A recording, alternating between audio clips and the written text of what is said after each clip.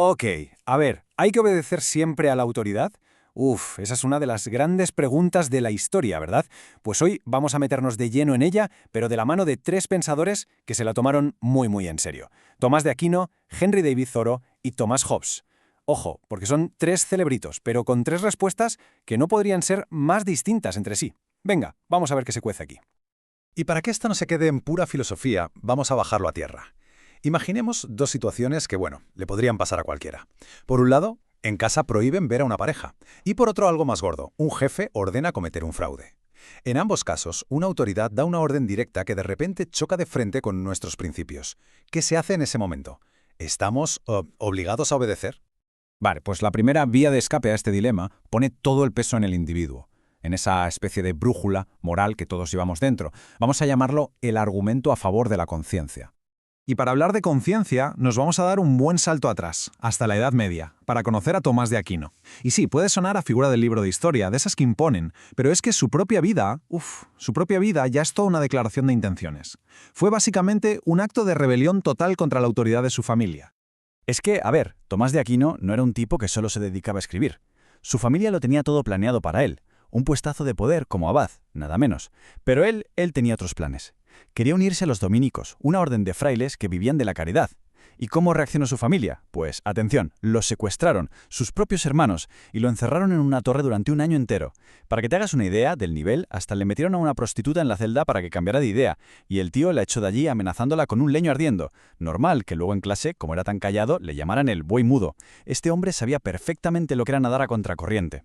Claro, toda esta rebeldía personal se ve luego en su filosofía, es que es lógico.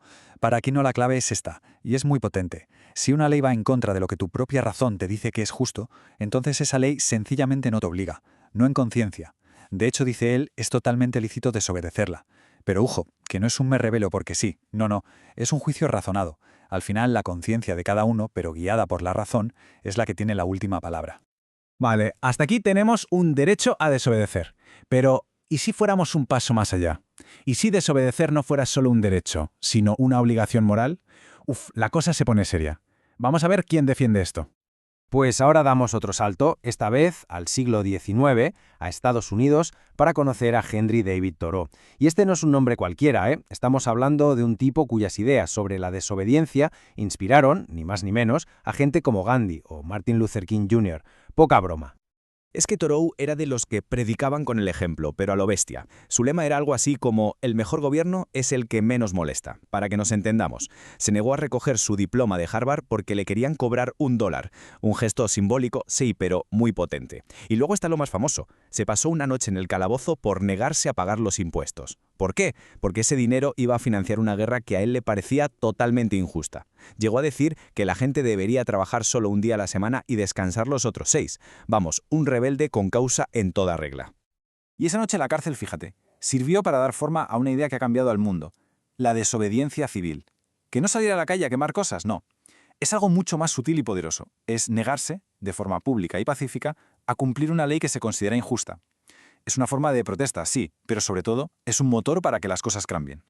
La cosa para Thoreau estaba clarísima. La lealtad principal no se la debemos a la ley, sino a la justicia. Ser una persona, un ser humano con una conciencia, está por encima de ser un ciudadano que obedece sin más. Él decía que cada vida debe ser una especie de freno de emergencia para parar la gran máquina de la injusticia. Es una imagen brutal. Bueno, hasta ahora todo suena bastante bien, ¿no? La desobediencia como una herramienta noble, casi como un deber, pero ¿y si hay un lado oscuro? ¿Qué pasa si abrimos esa puerta y lo que entra no es un mundo más justo, sino el caos más absoluto? ¿Y si el precio a pagar por desobedecer es la guerra? Para explorar esta posibilidad, que la verdad es que da un poco de miedo, tenemos que conocer a nuestro tercer filósofo, Thomas Hobbes.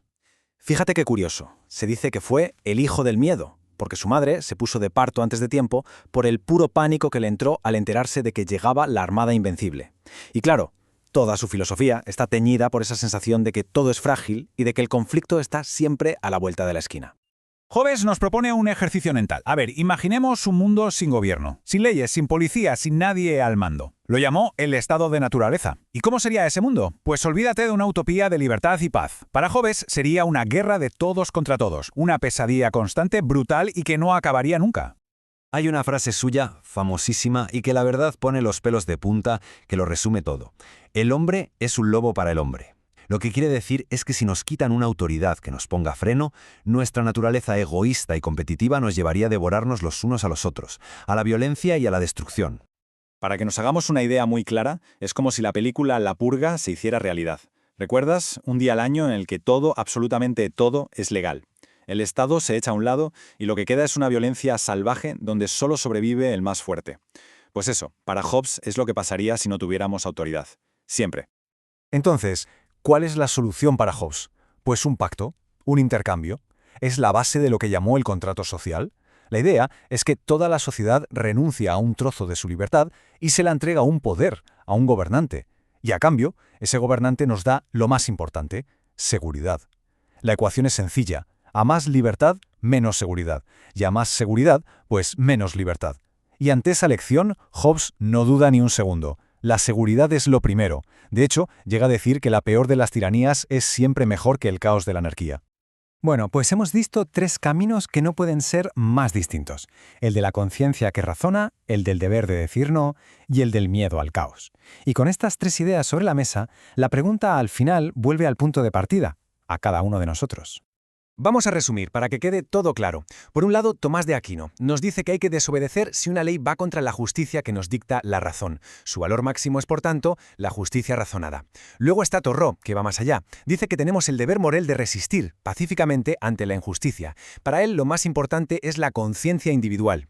Y en la otra esquina del ring, Thomas Hobbes nos dice que hay que obedecer, siempre. ¿Para qué? Para evitar el caos, la guerra. El valor supremo es la seguridad y el orden. Y con esto llegamos al final. Por un lado, la autoridad, que exige obediencia. Por otro, la conciencia, que exige que la desafiemos. ¿A cuál de las dos llamadas se responde? Pues esa pregunta, esa se queda en el aire.